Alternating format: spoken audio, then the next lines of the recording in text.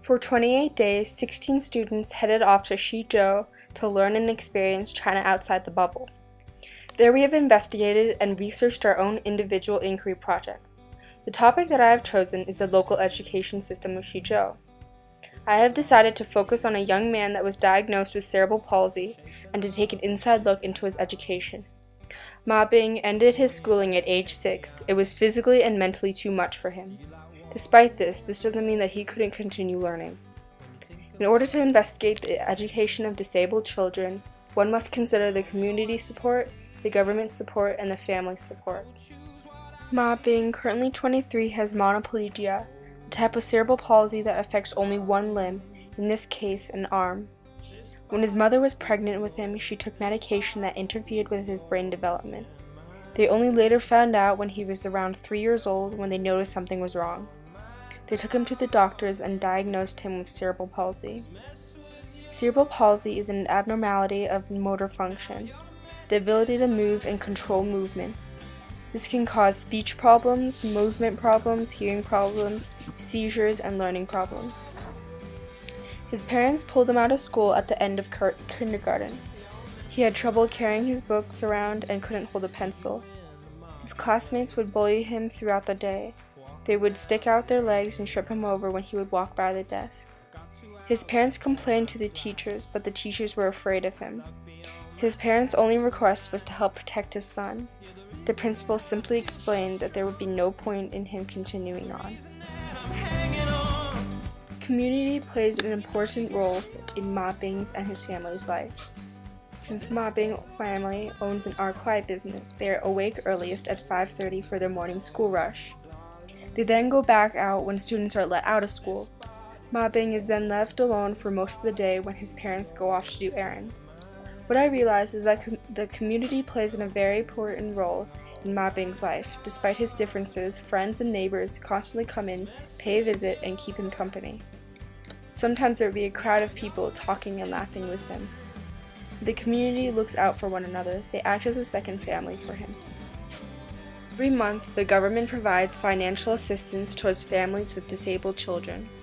For the Ma family, the government pays a total of 180 renminbi each month to help pay for any medical bills or medicine. Mr. Ma explains it's definitely not enough. Ma Bing has to take a total of 5 different pills each day, which helps with his mood swings and regular seizures. One of the bottles costs around 76 RMB, and considering Ma Bing uses up a bottle each week, it costs around 200 RMB. In 2008, the Chinese government pledged for greater funding for the education of people with disabilities. For the Chinese government, it's important to be seen as doing quite a lot of things for people with disabilities, and has only done quite a few things. Ma Bing's teachers were afraid of him. His teachers didn't know how to teach a kid with a disability. They had very little support, very few resources, and very little training. When Ma Bing no longer attended school, his parents did everything to help provide a school working environment at home. His parents purchased independent study materials for their son so they can personally teach him at home. Mr. Ma explains how he feels he did a very good job in teaching Ma Bing. He now can communicate with his friends and family. Mr. Ma and Miss Xuan both don't continue to teach him regularly. They feel that he has reached his full potential. Ma Bing now can also help around the business, doing small things such as opening up the little hot dog packages or taking the money. Ma Bing does still learn by playing with the wooden blocks that help him with his hand-eye coordination. When his father first found out about his son's disorder, he knew that this was a big deal, a very difficult thing. Look at my clothes, so simple. Mr. Ma means that he has spent his time and his money on caring for his son. He explains that there is nothing he can do about it. It is what it is, and I will provide every bit of my resources to help care for him. The family does not know what the future holds for Ma Bing. Currently, Ma Bing says that he is comfortable living with his parents and is happy with his lifestyle right now, such as enjoying his visitors and relaxing. Mr. Ma and his wife hopes that they can take care of him for as long as they can.